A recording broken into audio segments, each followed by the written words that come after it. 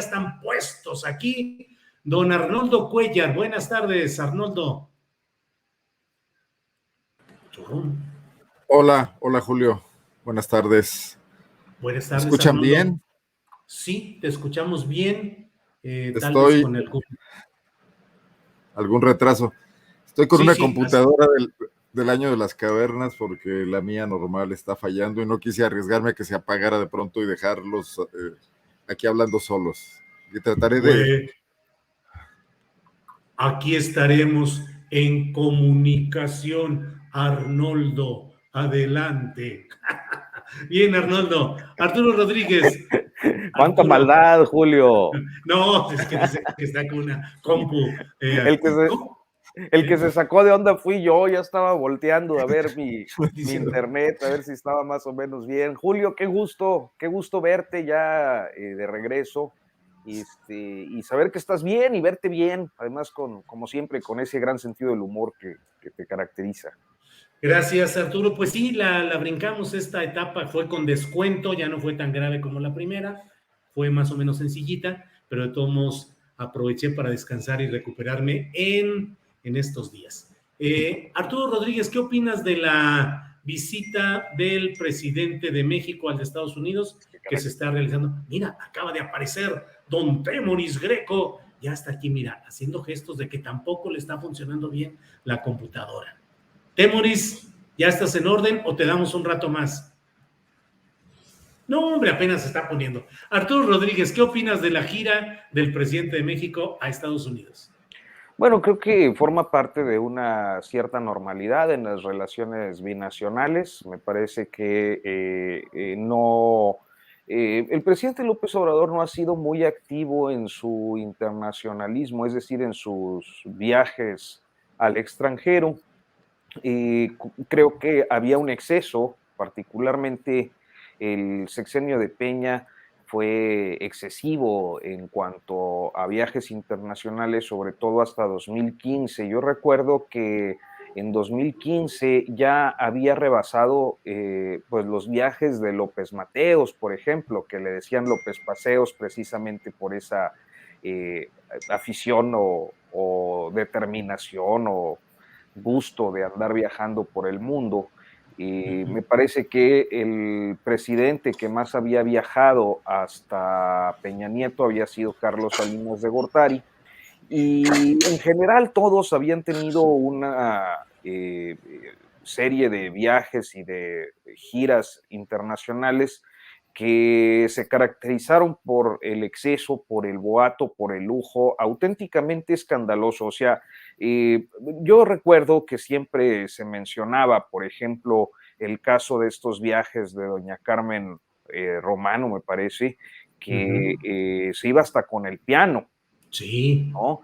En el avión presidencial o yo qué sé, subían ahí el piano de la señora, excentricidades de ese tipo.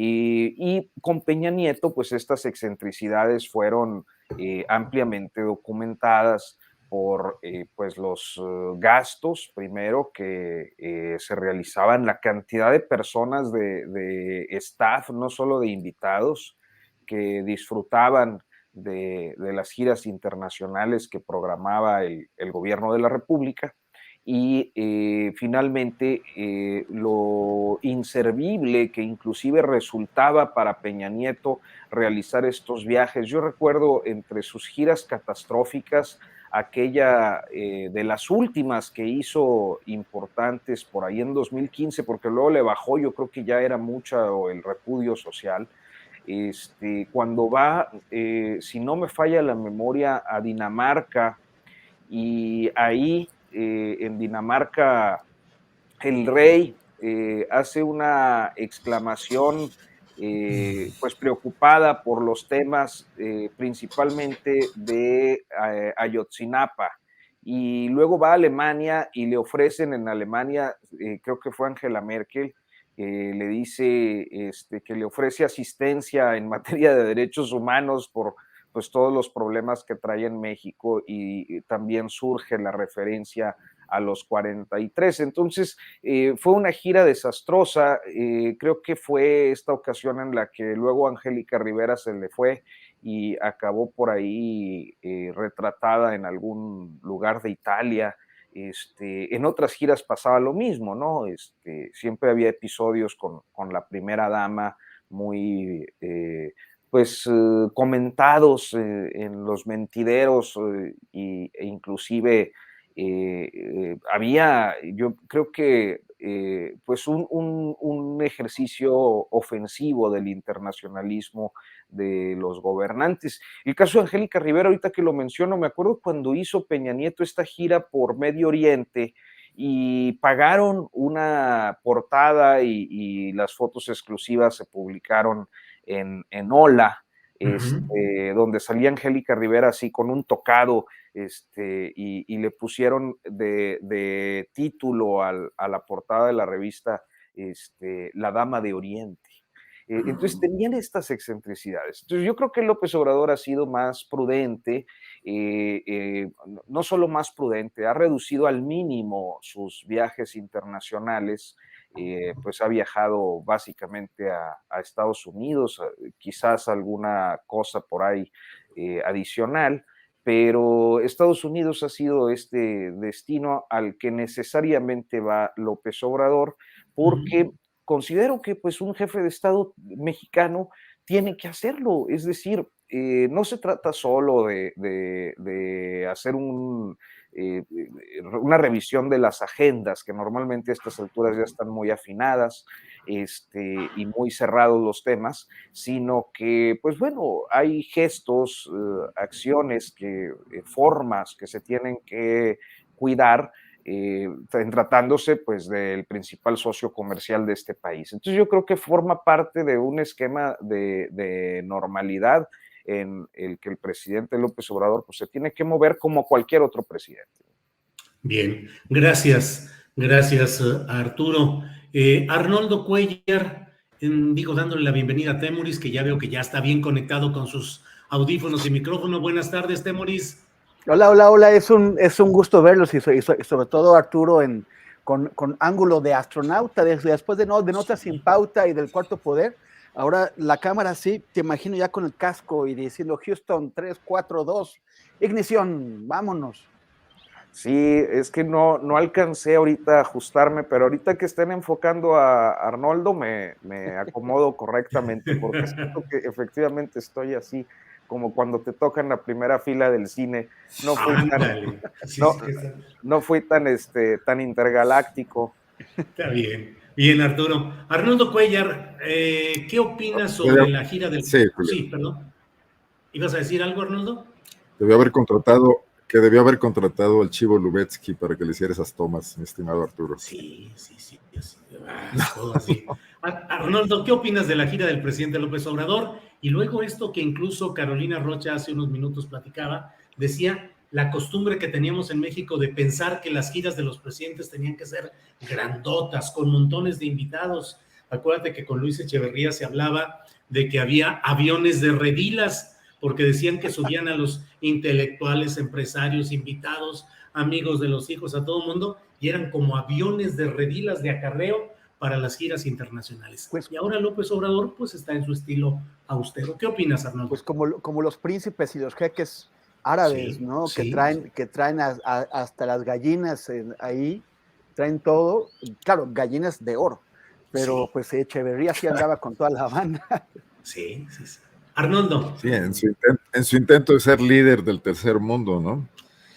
Pues mira, el presidente mantiene ese tono de sobriedad, ya no sorprende porque lo ha hecho en 2 viajes anteriores y también en lo que hizo en la gira Centroamérica, ¿no? Donde incluso utiliza aviones de línea, etcétera. Pero bueno, que es el estilo personal de gobernar, puede tener un efecto simbólico importante, pero no ser, al final de cuentas, lo que marque el eventual resultado de una cumbre de esta naturaleza.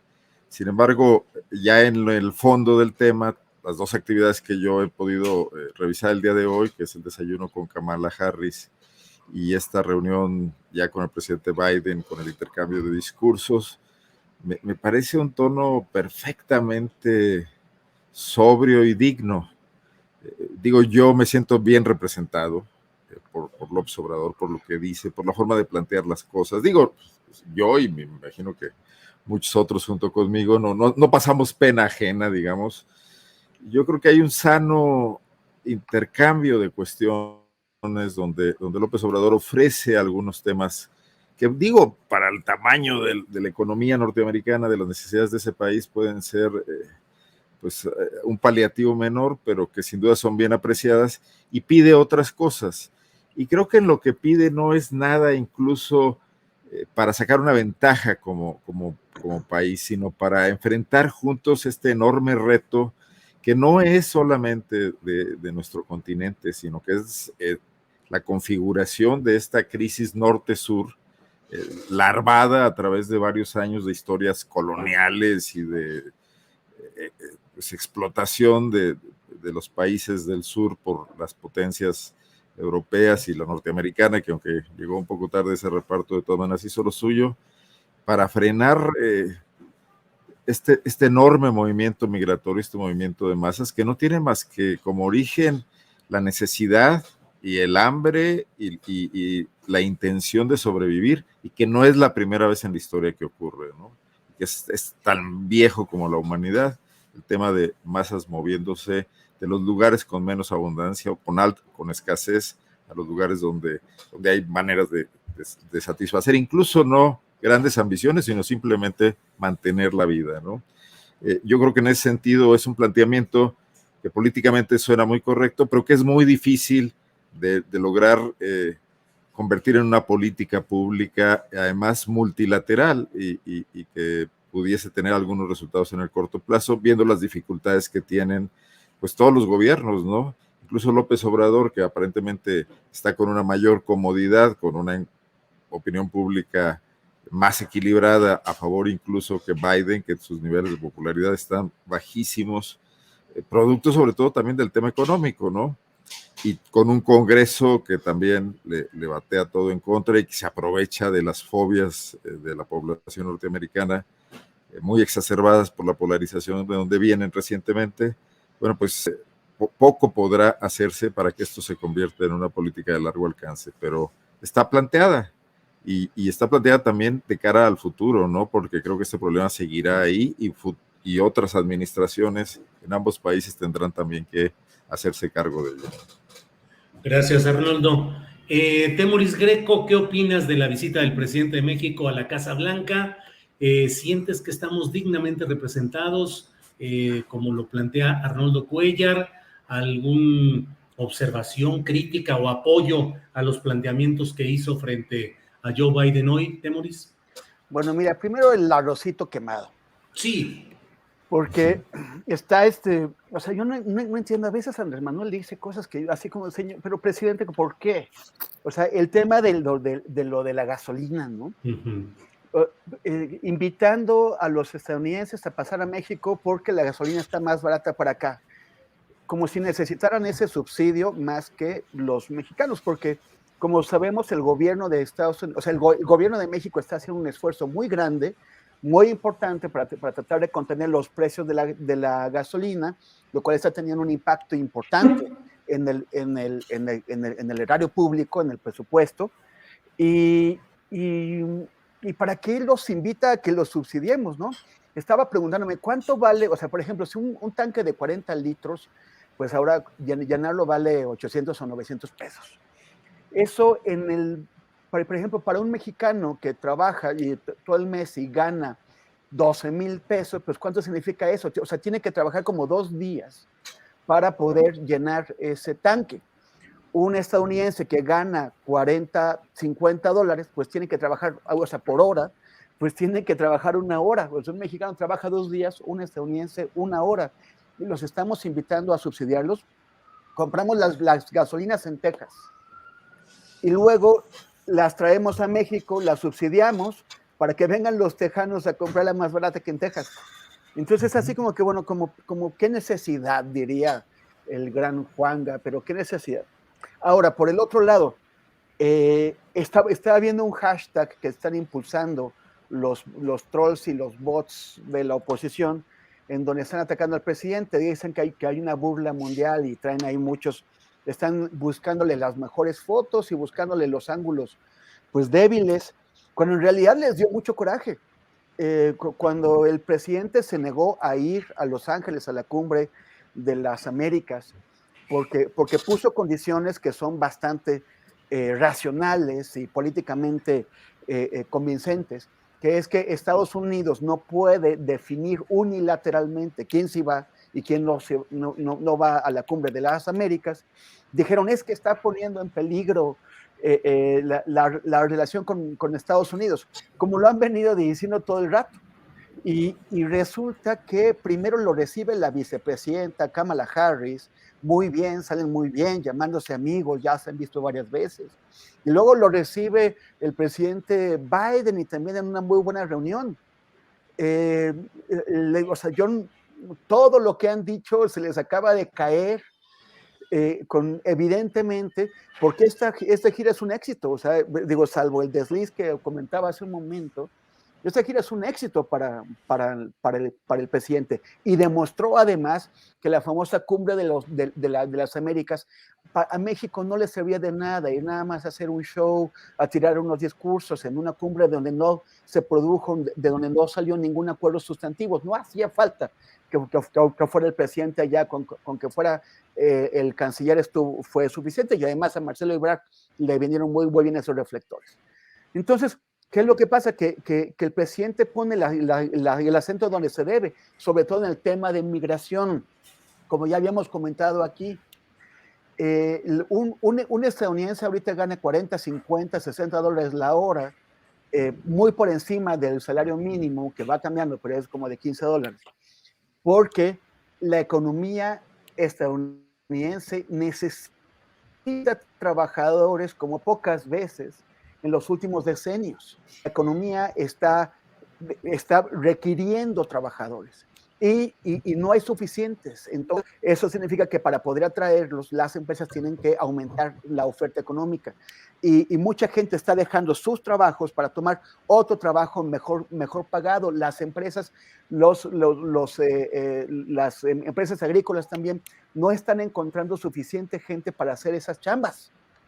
Entonces necesitan trabajadores, y Andrés Manuel dice muy bien, a ver, 300,000 visas, todo eso, como ya comentamos, todas estas tragedias que todo el mundo lamenta por el tráfico de personas, por los accidentes, por la gente encerrada, transportándose en condiciones inhumanas, eso, quien está poniendo en manos de esos traficantes de personas a toda esa gente, son las políticas migratorias de Estados Unidos y de México, que se establece por exigencia de Estados Unidos. Si hay un acuerdo entre los países para llenar esos puestos de trabajo que necesitan, les van a quitar el negocio a los traficantes, van a salvar muchísimas vidas y van a hacerle la vida más fácil a todos los empresarios estadounidenses que requieren esta mano de obra. Esto es urgente, es obvio. Ojalá que se llegue a un acuerdo. Está pidiendo Andrés Manuel 300,000 visas, y de las cuales además a mí me parece que de una forma bastante humana y bastante honesta y responsable, con visión de estadista, está pidiendo que la mitad de esas visas sean para trabajadores de Centroamérica. Con eso también estamos rompiendo fronteras y rompiendo esas divisiones artificiales que hay entre la gente de Centroamérica y la gente de México, que somos el mismo pueblo. Gracias, Temoris.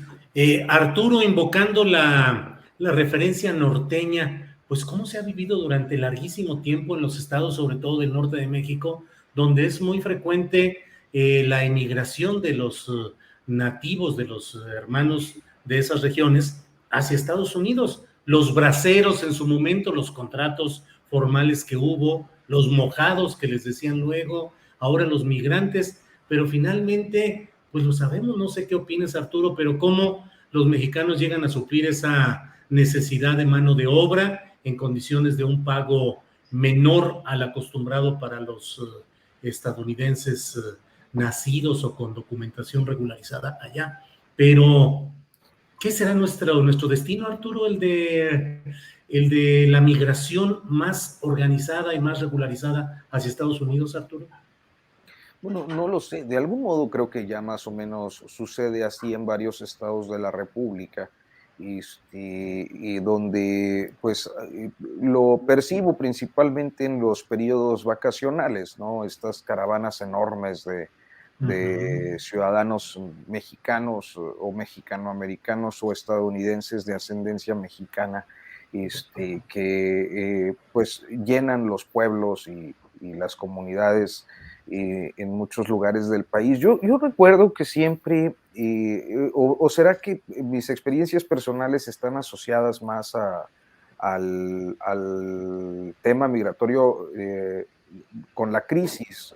Es decir, yo me acuerdo de algunos momentos o algunas situaciones en las que amigos que pues en medio de la crisis del 95, por ejemplo, que estábamos por ahí en la prepa o en la carrera, empezando, se iban a trabajar a los Estados Unidos en un contexto en el que los bancos pues les estaban quitando las casas a sus familias, o habían tenido que cerrar el changarrito, o habían perdido el empleo con este vocablo que me parece que explica en parte el uso de la palabra ocupar como necesitar, o tan que es el desocupar. Había mucha desocupación. Y entonces decían, pues desocupamos a tantos trabajadores, ¿no? O desocuparon a tantos en las empresas, sobre todo en aquellas gigantescas, pues Altos Hornos de México, que era una de las que con frecuencia daba la sorpresa, entre otras. Entonces, yo asocio mucho este tema de los mexicanos yéndose pues a nuestros periodos recurrentes de crisis. Yo nací el año el primer año de gobierno de López Portillo, entonces creo que mi vida ha estado marcada por crisis recurrentes, ¿no? Mi generación es así, y cada crisis provocaba este tipo de movilidad que pues históricamente ha estado relacionada con pero luego con la violencia llegó un periodo de migración de mexicanos, sobre todo de los estados del norte, con alto poder adquisitivo, que fueron poblando sobre todo esta zona del Valle de Texas, San Antonio, Austin, Houston, en fraccionamientos elegantísimos, por otra parte, que pues no podían adquirir en México, o que la podían adquirir más o menos por los mismos precios en los que conseguían sus mansiones del lado mexicano, y hay una gran cantidad de ricos o de clase media alta que se fue y ya no regresó, y sus hijos hicieron allá su vida y todo esto. Pues creo que hay como una división de clases muy marcada en este tema migratorio, y hoy lo que yo percibo cuando he estado en el norte y veo las carreteras y veo lo que ha estado ocurriendo con las caravanas de las últimas semanas, lo que veo es la marginación, la pobreza, el hambre, la tristeza, la desazón, una cosa auténticamente desventajosa que duele de ver, ¿no? Estas familias ahí con carriolas por las carreteras, donde la gente que va en sus vehículos ni siquiera les puede ofrecer un aventón, porque terminan acusados en algunos municipios de ser polleros. Entonces es una dinámica muy, muy fuerte la que estamos viendo el día de hoy. Yo no sé si este asunto de los visados contribuye en gran cosa a resolver nuestros múltiples niveles de migración, pero pues bueno, siempre son avances en una materia que pues es innegable, ¿no? La necesidad o la búsqueda de mejores condiciones de vida del lado americano. Gracias, Arturo. Arnoldo Cuellar, ya invoqué lo regional norteño con Arturo, y ahora invoco pues la referencia del centro del país y lo que implica Guanajuato, para preguntarte cómo viste la jornada dominical de sacerdotes, de curas en las misas en este domingo, en una jornada por la paz, que en el fondo pues es una forma de presión política, no digo partidista ni electoral, pero la Iglesia también hace política en el sentido de las acciones colectivas en busca de un propósito. Y bueno, ¿cómo has visto ese comportamiento de la Iglesia Católica, de la élite? Te lo pregunto desde un lugar donde se han vivido etapas fuertes de la insurrección católica contra decisiones del Estado mexicano. Bueno, pero antes una alusión personal, ¿no? Sí sentí gacho cuando Arturo dijo que él nació con López Portillo, y los que nacimos en el doble sexenio del desarrollo estabilizador y todavía alcanzamos, aunque no nos acordamos, de López Mateos, Julio, pues, sí podemos todavía decir, bueno, a ustedes no les tocó el dólar de 12.50, ¿verdad? Claro, que era la paridad establecida, la paridad fija, 12.50 pesos por dólar. Así es. Con todo aquel régimen, sí, con todo aquel régimen opresivo, pero que mantuvo al país con una gran estabilidad. En un país donde no se podía absolutamente importar nada, sino que todo era contrabando. Sí, también, ¿no? Sí. Claro. Bueno. Las televisiones, los radios, todo. Era la fayuca. Y a donde también llegaban los norteños, que eran los migrantes que se habían ido en el programa que el presidente López Obrador ahora invoca desde entonces, en los años 40, y que ya habían formado corrientes y llegaban en sus grandes coches, unos Cadillacs ahí medios viejones, pero que apantallaban a todo mundo, a comunidades y a ciudades del centro del país, ¿no?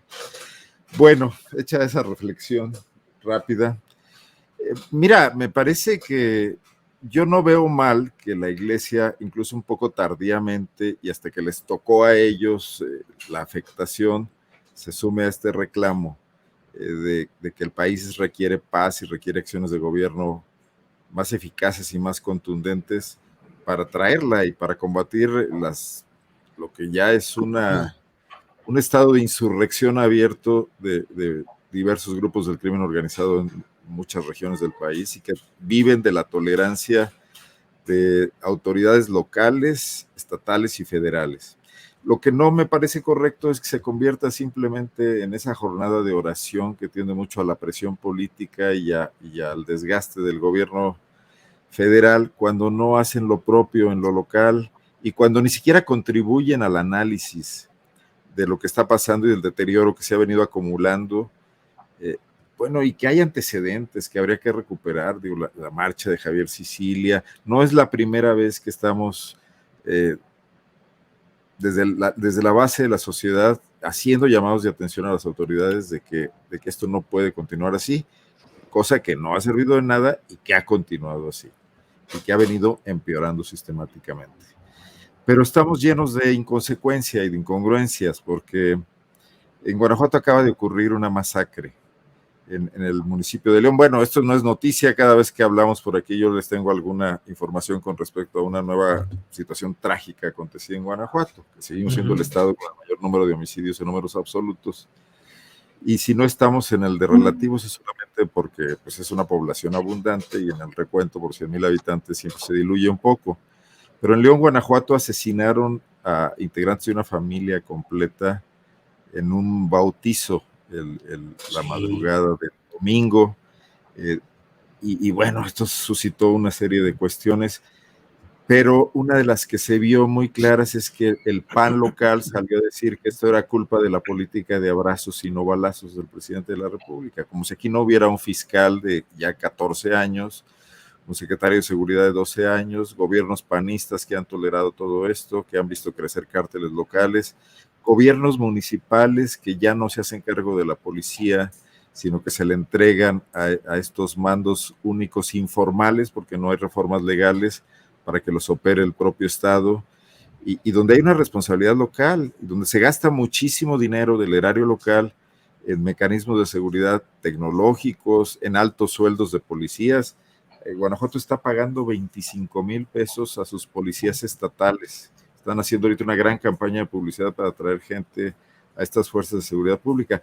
pero eso no lo ves traducido tampoco a que haya un combate efectivo a la inseguridad, y yo no veo a los obispos de Guanajuato llamando a oraciones por esto, ¿no? Entonces eso le quita mucha validez y mucha legitimidad a lo que podría ser un reclamo de otra naturaleza, que tratara de bonar con otros que están surgiendo en diversos lados, que no son de derecha ni de izquierda, porque es una realidad el tema de que estamos viviendo tiempos demasiado violentos, donde ya no se limitan únicamente a enfrentamientos entre grupos criminales, sino que hay daños colaterales graves, ¿no? Y tenemos el tema de que, bueno, y vuelvo a mencionar este caso, guanajuateando un poco el asunto, de que en estas muertes ocurridas en León, una vocera del gobierno estatal sale a decir que había 2 personas de las asesinadas que tenían antecedentes penales y que tenían un involucramiento en actividades delictivas, y extiende su reflexión o su análisis, como le quieran llamar, o sus prejuicios, a decir que esto, pues, que las familias tienen que ser conscientes que si alguno de sus integrantes se involucra en actividades ilegales, pues corren riesgo todos ya, no solamente uno de ellos. Como si no hubiera un Estado de Derecho donde quien comete delitos ilícitos, incursión en actividades ilegales, pudiera ser sometido legalmente a procesos, ser detenido, estar en una cárcel, y todo se limite a ajusticiamientos y a esta naturalización de la confrontación violenta que nos tienen este número de víctimas, con una especie de penas de muerte de facto que no ejecuta el Estado, sino que ejecutan los propios grupos criminales, y el Estado replegado solo se atreve a decir, pues para qué se meten en eso, porque así está de peligrosa la cuestión. Lo que no dice cuando asesinan a sus policías, por ejemplo, que ahí el discurso es diferente, y ahí salen a decir, los matan porque estaban haciendo su trabajo. Entonces, mientras el país en sus diversas regiones y también en su nivel federal no mantenga ni siquiera la posibilidad de establecer un diálogo con unos mínimos comunes de entendimiento para saber qué nos está pasando, y contribuye al ruido la iglesia y los partidos políticos y los grupos empresariales y los think tanks de las universidades, etcétera, y buena parte de ellos se limiten a culparse entre sí, sin ninguna capacidad de reflexionar qué se rompió profundamente en esta sociedad, que podamos intentar por lo menos empezar a componer. No veo que estemos avanzando mínimamente, y todo queda en esta especie de golpes, como lo que ahora se traduce con las jornadas de oración de la iglesia, Julio, que por cierto yo no vi que estuvieran demasiado bien atendidas, no vi notas en los periódicos. Excuso decirles que yo no fui a misa, por supuesto, no fui a reportearlo. Arnoldo. Fallaste, Arnoldo, con razón, te vas hacia el infierno así, ¿eh? Así es. Bien, gracias, Arnoldo. Temoris, hoy entrevisté a Juan Carlos Monedero, fundador de Podemos, el Partido Español, profesor de la Universidad Complutense, sobre un escándalo que está en estos momentos en España relacionado con la construcción, la fabricación de una acusación falsa contra Pablo Iglesias en 2016, cuando Podemos se enfilaba a ser el segundo partido en votación según las preferencias electorales. Perdieron 1 millón de votos, y entre otras cosas hubo esta acusación de que había recibido dinero del gobierno venezolano, lo cual está demostrado que es falso, y ahora una audiograbación ha permitido detectar los detalles de todo esto. He leído también comentarios tuyos en la red, en la que hablas acerca de este artículo de Viridiana Ríos que se titula Las élites resentidas o nuestra élite resentida. ¿Cómo ves a las élites mediáticas y empresariales en estos momentos, Temoris? Bueno, primero es que hay varias personas que están comentando en los comentarios, obviamente, que sobre lo que se gana en Estados Unidos. Lo primero es que precisé que el salario mínimo es de $15, porque hay personas que dicen, es que yo gano $15. Pues sí, pero dije, no estoy hablando del salario mínimo, estoy hablando de promedios. Ahora, mientras estábamos conversando, me metí a buscar fuentes y todo eso, ¿no? El Departamento del Trabajo o eso. El promedio de los salarios en general en Estados Unidos es de $27 la hora, de trabajadores que tienen todos los documentos, que están integrados a la economía formal y todo eso. No hablé del salario mínimo, hablé del promedio de sueldos. Yo dije $40, $50. porque también he visto reportes recientes en artículos sobre estos problemas que están teniendo las empresas que no consiguen trabajadores y tienen que ofrecer más. Pero ya viendo las cifras del 2020 del Departamento del Trabajo, estábamos hablando de $46 el promedio para profesionales urbanos de 2020. Las cosas han cambiado con post-pandemia porque tienen que ofrecer más dinero, pero esas cifras todavía no son definitivas y habrá que esperar a ver qué dice el Departamento del Trabajo. Pero no me refiero al salario mínimo, sino a promedios. Entonces estamos hablando de $26. Si alguien gana, por ejemplo, el salario mínimo, $15 la hora, para llenar el tanque necesita trabajar 2 horas y media. Si un mexicano gana 172 pesos, que es el salario mínimo ahí, por día, necesita trabajar 5 días para llenar el tanque. Entonces, independientemente de las distintas percepciones que se tiene sobre lo que es el ingreso general, el fondo del asunto, el fondo del argumento, y no hay que distraernos sobre eso, es que una persona que está ganando en Texas gana muchísimo más y le cuesta muchísimo menos tiempo llenar el tanque que una persona que está trabajando en Tamaulipas o en Coahuila. Ahora, pasando a lo que dice, sí, bueno, es un escándalo ese tema, ¿no? El partido Podemos, del cual Pablo Iglesias y Monedero son fundadores, tuvo que, trató de representar el descontento que se expresó en las calles en el movimiento del 15M que se produjo en 2013 en España.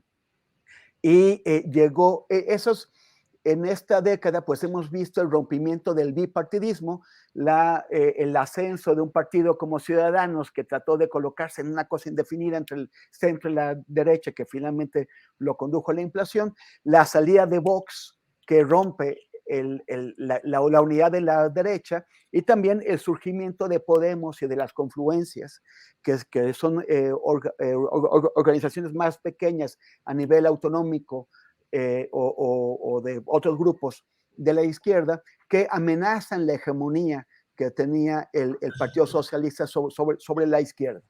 Y esto enciende las alarmas y generan campañas sucias, campañas violentas de acoso y derribo, de fabricación, con la ayuda de estos grupos mediáticos, en particular de Antena 3 y de otros grupos de la derecha española, para tratar de espantar al electorado y alejarlo de Podemos, que además no solamente logró coartar o terminar con este ascenso que tenía Podemos, sino que sacó de la política a Pablo Iglesias, porque establecieron una marca personal sobre él, sobre su pareja, sobre su familia, en donde no los dejaban ni siquiera ir a tomar vacaciones tranquilos. Aquí y allá los perseguían, la justicia española permitió esta persecución, hasta que Iglesias dijo, ya, estoy harto, me voy de la política, y de una manera que a mí me pareció pues acertada y generosa, permitió que nuevos cuadros, sobre todo mujeres, llegaran a ocupar el espacio que él estaba dejando. Entonces eso está muy bien, pero hay que ver que no hay, o sea, qué consecuencias va a tener esto a nivel judicial sobre la policía española que falsificó informes, que falsificó reportes en donde lo acusaban de tener cuentas en paraísos fiscales para recibir dinero de Venezuela. Monedero también fue individualizado en ese aspecto. Y también, ¿qué pasa con estos grupos mediáticos que, a sabiendas de que esos informes estaban siendo fabricados y que no tenían sustento, les dieron legitimidad al publicarlos y engañar a sus audiencias, engañar a la gente, haciéndole pensar que eran reales? A mí me parece que debería haber algún tipo de consecuencias, sobre todo porque esos audios revelan que ellos sabían que los informes no tenían sustento. Ahora, esto son guerras sucias que se dan en general en las democracias, en donde se aprovechan estos huecos que protegen la libertad de expresión. Y por el otro lado, a mí me parece que es un principio importantísimo defender la libertad de expresión, porque en cuanto abrimos vías para coartarla, pues entonces eventualmente nos van a callar a nosotros. De Andrés Manuel se puede decir un montón de cosas, pero no que ha pedido el despido de periodistas o que ha lanzado a sus perros de la PGR, hoy FGR, como hizo Peña Nieto cuando se denunció el espionaje de Pegasus, pues que no, o sea, que los ha lanzado en contra de periodistas. Esto no ha ocurrido y no debemos abrir vías para que cuando cambie el signo de la gente que está en el gobierno, cuando entren otros grupos políticos, pues vayan a tratar de emplearla contra quienes hacemos periodismo independiente. Bien, gracias, Temoris. Arturo Rodríguez, en la política nacional de pronto aparece Ricardo Monreal, convertido en todo un rapero, y no sé qué es lo que opines, Arturo, pero me parece que con el discurso de este domingo en la Plaza de Toros de la casa gastronómica Arroyo, especializada en carnitas, creo que ahí Ricardo Monreal puso un poquito más del pie hacia afuera de Morena, al decir que si se establece el método de las encuestas para la selección del candidato o candidata presidenciales, él no participaría. ¿Crees que va prefigurando ya más, Arturo, Ricardo Monreal, su salida de Morena y su eventual conversión hacia otra fuerza política? Mira, no lo sé aún. Ricardo Monreal, pues un político muy experimentado, tiene naturalmente sus claros oscuros, sus seguidores y sus malquerientes. Y a mí me llamó mucho la atención que hiciera esta cosa del rap, porque, bueno, creo que no es el estilo que se esperaría de un político como él, como que ya es algo, pues sí, no solo o ir recorriendo su piecito al límite del morenismo, sino también ya se le pasó tantito al tema del TikToker, ¿no? A este perfil de políticos tiktokeros. Sin embargo, creo que vale la pena decir que Ricardo Monreal ha colocado en el centro de la discusión, como no lo ha hecho ninguna de las otras corcholatas, el tema de la democracia interna. Morena tiene un problema indiscutible con la democracia interna. Los fundadores de ese partido político lo han observado desde hace tiempo. Claro, están ahorita en un proceso de reestructura, pero la idea de las encuestas tiene diferentes aristas. Creo que uno de los que lo ha señalado con mayor claridad y precisión, pues ha sido Paco Ignacio Taibo, en el sentido de que las encuestas miden popularidades y la popularidad no tiene nada que ver con apego a los principios, con una ética política o una ética pública que privilegie el perfil de los mejores.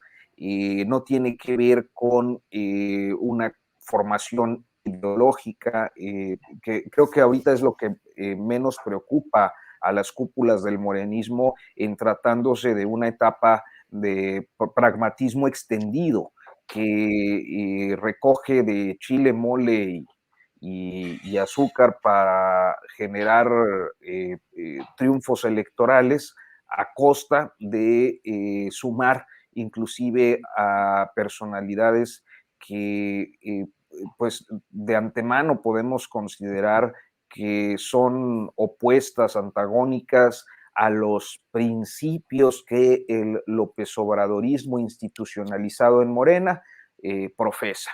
Entonces, creo que el tema es muy relevante. Yo no sé si Monreal tenga los suficientes respaldos para cuestionar el asunto de las encuestas, pero me parece que ha sido una queja generalizada en amplios sectores del morenismo y lo veo absolutamente natural, Julio.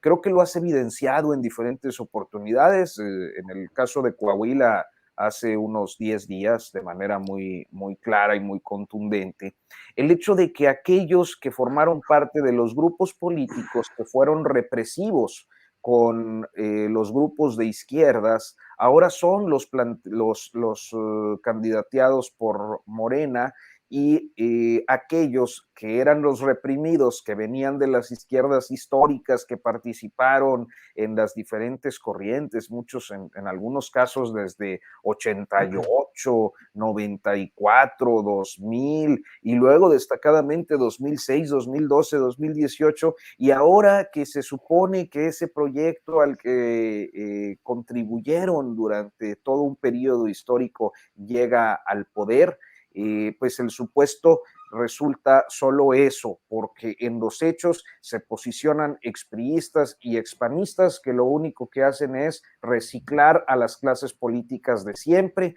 como ya se está viendo en varios estados de la República, que están ahorita en procesos de transición o que están por asumir los cargos, o que ya están en el ejercicio, pero de manera muy destacada.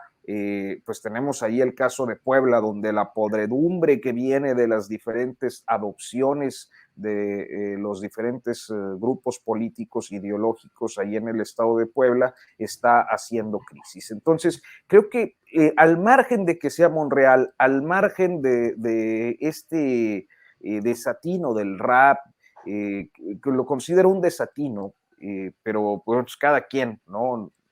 Me parece que el tema central que sí está colocando en el centro de la discusión Monreal es el de la democracia interna de Morena, que es un tema al que las cúpulas no le quieren entrar.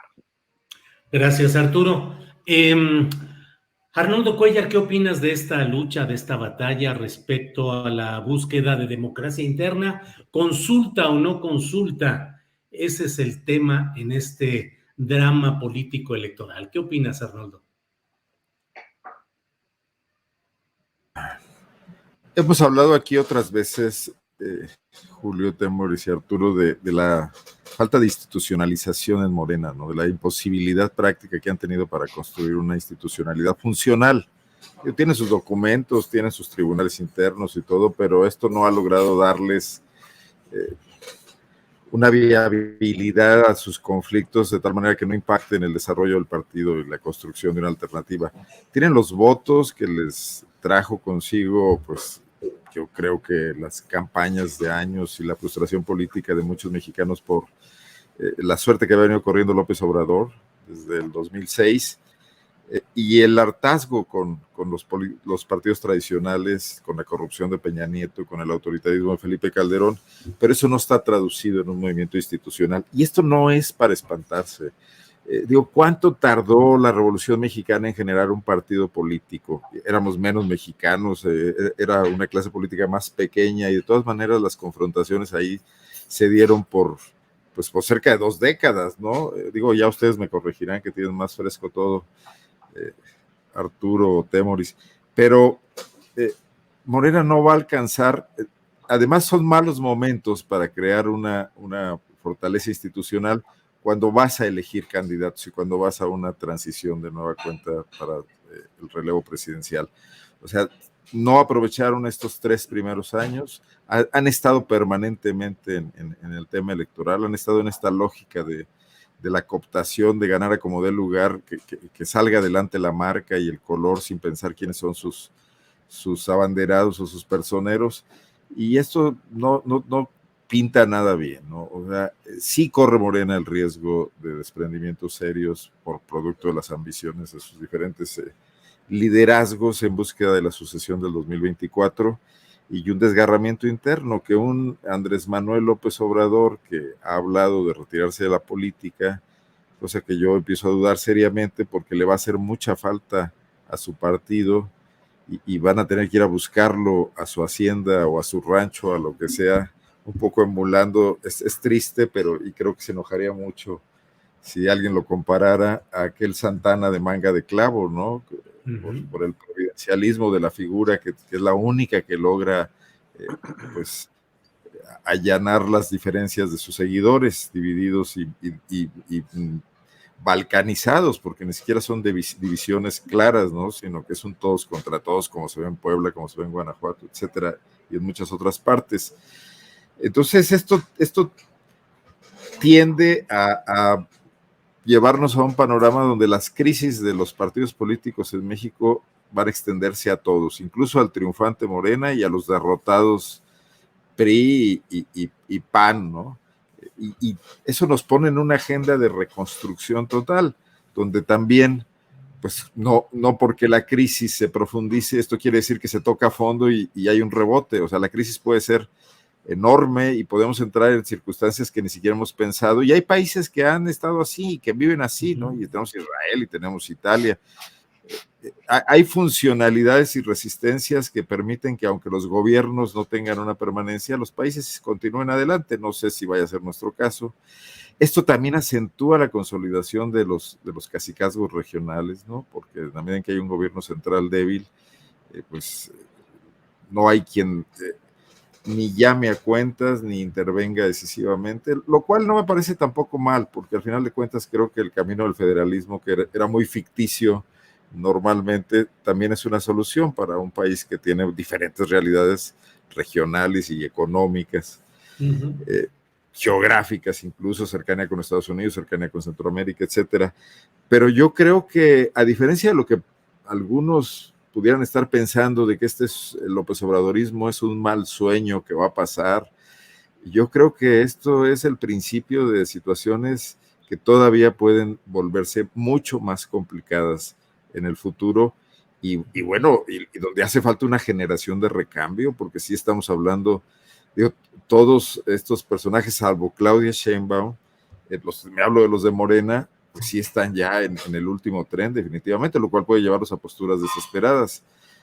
Entonces yo veo que Monreal, y volviendo un poco a esa cuestión, está jugando el juego que le dejan con las cartas que le tocaron, pero que lo está haciendo también con cierta eficacia política, y que esa tiende a ser un pacto con Marcelo Ebrard y jugar el papel del malo de la película, que tense las cosas y que jalonee para permitir espacios adentro de Morena que luego pueden ser también aprovechados por él en un regreso con nuevos acuerdos políticos, ¿no? Bien. Todavía esto lo vislumbro sin mucha claridad, pero dejo ahí la provocación, ¿no? Gracias, Arnoldo. Son las 2:55 p.m, estamos en la parte final. Temoris, tu comentario sobre el rapero Monreal en ruta de evasión, probablemente, la motociclista con acelerones Claudia Sheinbaum, y el institucional canciller que está viaje tras viaje, país tras país, Marcelo Ebrard. ¿Cómo ves estos temas, Temoris? Pues seguimos en la tiktokización, ¿no? O sea, es el mismo rollo. O sea, es la idea que creen que hay que llegar, que la forma de llegar al electorado más joven, que es un electorado muy, muy grande, pues es haciendo el ridículo. Entonces, hacerse los jóvenes, ¿no? Ya fue Marcelo a simular que sigue a la banda de K-pop BTS y que tiene una canción preferida y cosas. Y pues bueno, pues habrá seguidores de K-pop que lo van a celebrar y le van a creer. En realidad, alguien debe haberle dicho a Marcelo eso, y a pesar de que los seguidores del K-pop se reúnen debajo en la explanada frente a relaciones exteriores a practicar sus bailes, pues yo no creo que Ebrard alguna vez, que si los vio, haya entendido de qué iba esa cosa, hasta que alguien le explicó. Pero bueno, están en eso, y la verdad, pues bueno, pues por lo menos están ocupados en eso y no en otras grillas. Hay una serie muy buena que se llama Borgen. Borgen es como el palacio presidencial de Dinamarca. Y esa serie es sobre una política que anda sorteando todos los escollos del mar picado de la grilla danesa. Entonces, cuando uno ve sus maldades, cuando uno ve el juego sucio de los daneses, o sea, la serie es muy buena, a pesar de que, como decía, uno ve las maldades que se hacen, y viendo desde América Latina uno dice, ay, ternuritas, eso es todo lo que se van a hacer. No hay ni muertos, ni asesinatos, ni nada, ¿no? Entonces, estaba viendo un capítulo, spoiler, advierto, en donde uno que es malo, le aconseja a esta política, pues algo o sea, le está dando consejos a esta política, ¿no? Todo el mundo ahí dice, no le hagas caso, si ese es malo. Y los consejos que le da es que se saque selfies y las publique en Instagram y vaya a programas con su familia para simular que es una persona muy cercana a la gente, y el hijo de ella se enoja porque le parece que ella está bajando su nivel ético al aceptar ese tipo de recomendaciones. Bueno, pues aquí es como lo más light que puede haber, que Monreal, en lugar de hacer su clásico juego sucio, pues se ponga a simular que es hip hopero, y que Claudia Sheinbaum se suba a una moto y Marcelo simule que sabe quién es BTS, ¿no? Eso es una pena, porque eso es lo que está supliendo la carencia de discurso, la carencia de propuestas. O sea, no tiene la oposición propuestas, pero en la 4T la única propuesta que hay es la que tiene el presidente, y los demás que no pueden renovar, porque entonces sería empezar a construir sobre lo que dice Andrés Manuel, y a Andrés Manuel probablemente no le guste eso. Entonces lo único que tienen que hacer es tratar de generar un discurso elemental, un discurso muy básico, a través del uso de redes sociales y de videos y ese tipo de cosas. Bien, pues gracias, son exactamente las 2 de la tarde con 59 minutos, así es que gracias a quienes nos acompañan en esta transmisión. Borgen, la serie a la que ha mencionado Temoris, es una serie que está disponible en Netflix, se estrenó hace 10, 11 años en la televisión danesa, y ahora está una nueva temporada, que es lo que ha actualizado el relanzamiento de Borgen, efectivamente muy recomendable, sobre los entretelones de la política, una política pasteurizada, finalmente muy higienizada respecto a los tacos de lodo que se consumen normalmente en nuestra política nacional, latinoamericana en lo general. Pero fíjate, Arturo, sí. Fíjate, digo, nada más ahí el aporte. Hace unos meses vi justo en Netflix una serie que se llama La Reportera, que es una serie japonesa.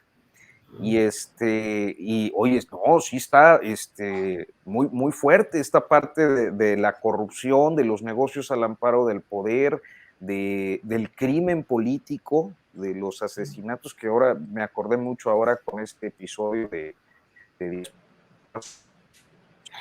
y me llamó mucho la atención, digo, porque pues uno que no tiene mucho contacto como con las culturas orientales, pues sí, a mí me sorprendió, y además particularmente en Japón, donde piensa uno que precisamente todo es como muy higiénico, ¿no? Muy higienizado, como dices tú.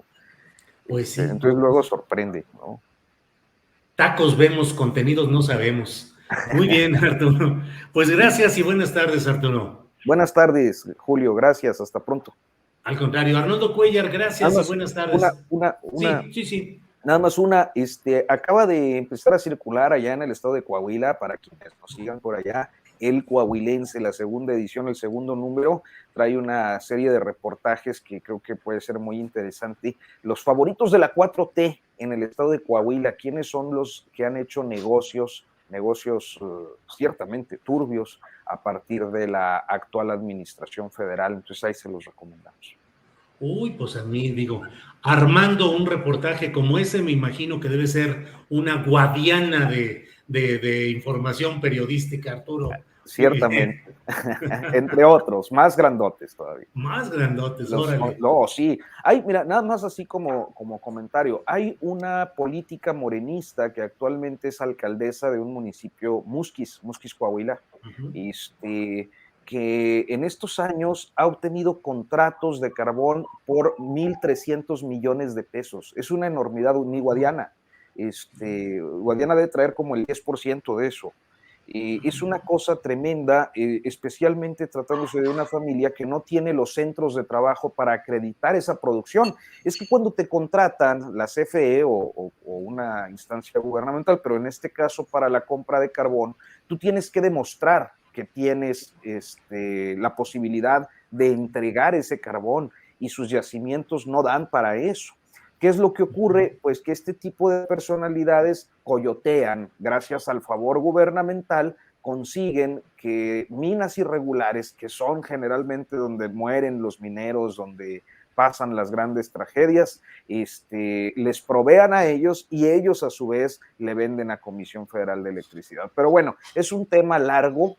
Actualmente están recién revelados los códigos de lo que serán los contratos para los próximos 3 años. De ahí que el reportaje respecto al caso concreto del carbón, que no es el único, se llame El carbón guinda para lo que resta del sexenio.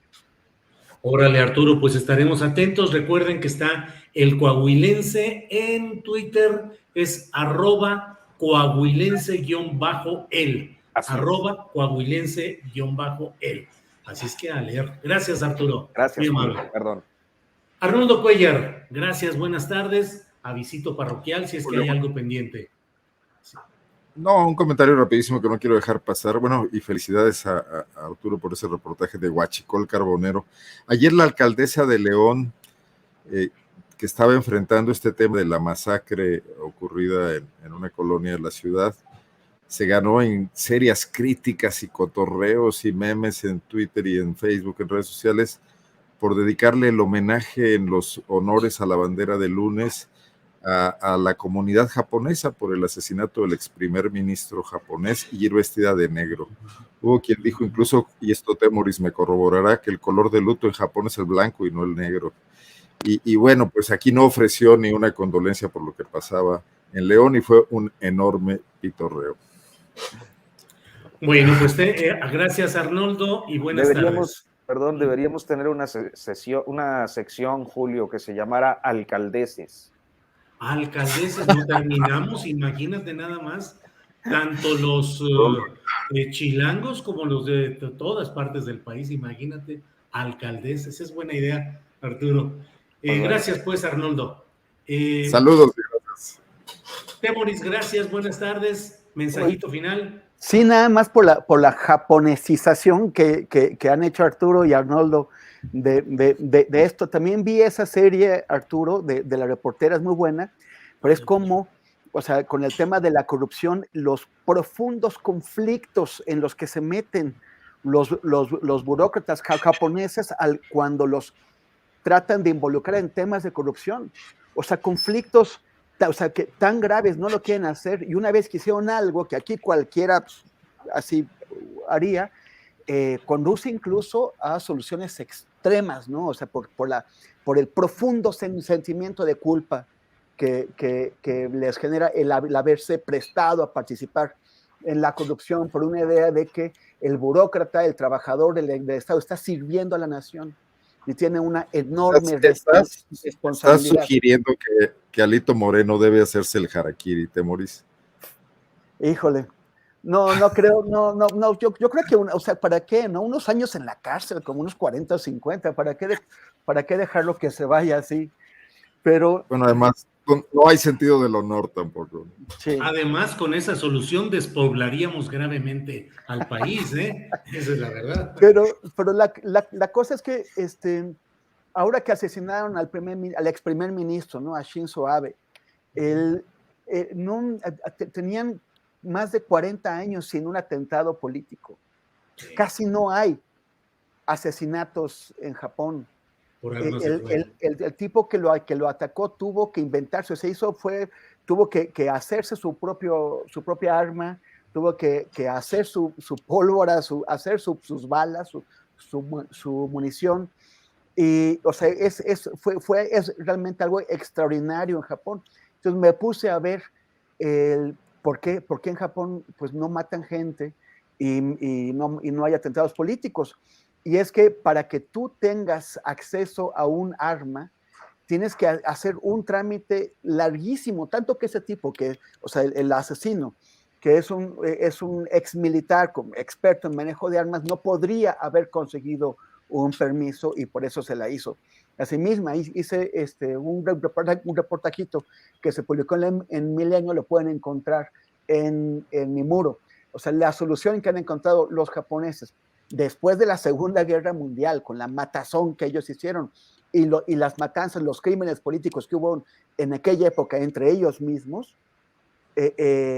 fue una prohibición casi absoluta de las armas. Y eso para los alitos y otros locuaces que andan por ahí, que creen que la solución para la violencia en México es llenar de más armas.